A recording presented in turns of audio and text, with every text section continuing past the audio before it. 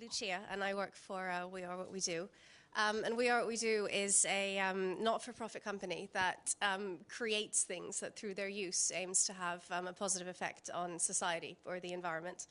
And about, well, every couple of years we choose a social or an environmental issue that we try to address through these products or services that we develop.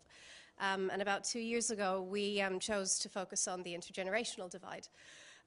Impact of which has meant that history isn't being shared amongst young and old the way it used to be.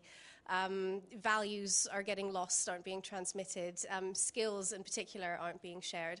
And one big reason that we identified as to what's sort of fueling this divide is the fact that communications and forms of communications are very different amongst young people and older people.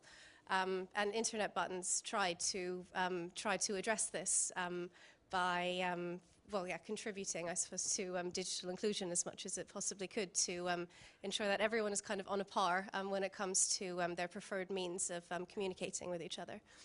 In what way do you see this intergenerational divide manifesting itself? I mean, how are you talking about older people feeling kind of disenfranchised and excluded?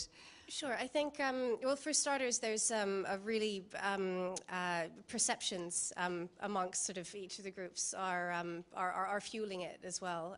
Don't want to get into them specifically, but go on. You know, there's a lot of evidence that young and old are living in different worlds, fueled mainly by misconceptions of each other. And what sort of response have you had from young people? Because you have this sort of young people who then help older people. Sure, I mean, it's not always young and old people. I'm sure there are plenty of young people who probably don't know how to work it out. It's, you know, very broadly that anyone who's sort of nervous about it, regardless of what age they are, and anyone who's very savvy when it comes to the internet is in a position to help them. So it's sort of mentoring in a way. Yeah, exactly.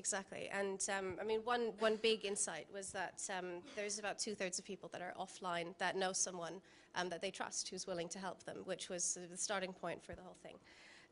But some effects or some benefits to younger people. I mean, we saw recently someone had created some internet buttons for their parents, and he put a button on there for his Amazon wish list. So as a way of, you know, benefiting, I guess, the mentors, that's one way. But no, very smart. I think it's, you know, first and foremost, I think it's the time spent together to set them up, but also what it's meant to do is to get you into the internet, and we obviously can't take credit for any of the great services that are out there that are helping these new users communicate more with people in their lives, be it family or friends. So, thank you very much. Thank you. Let's hear, if you could pass on the microphone. We can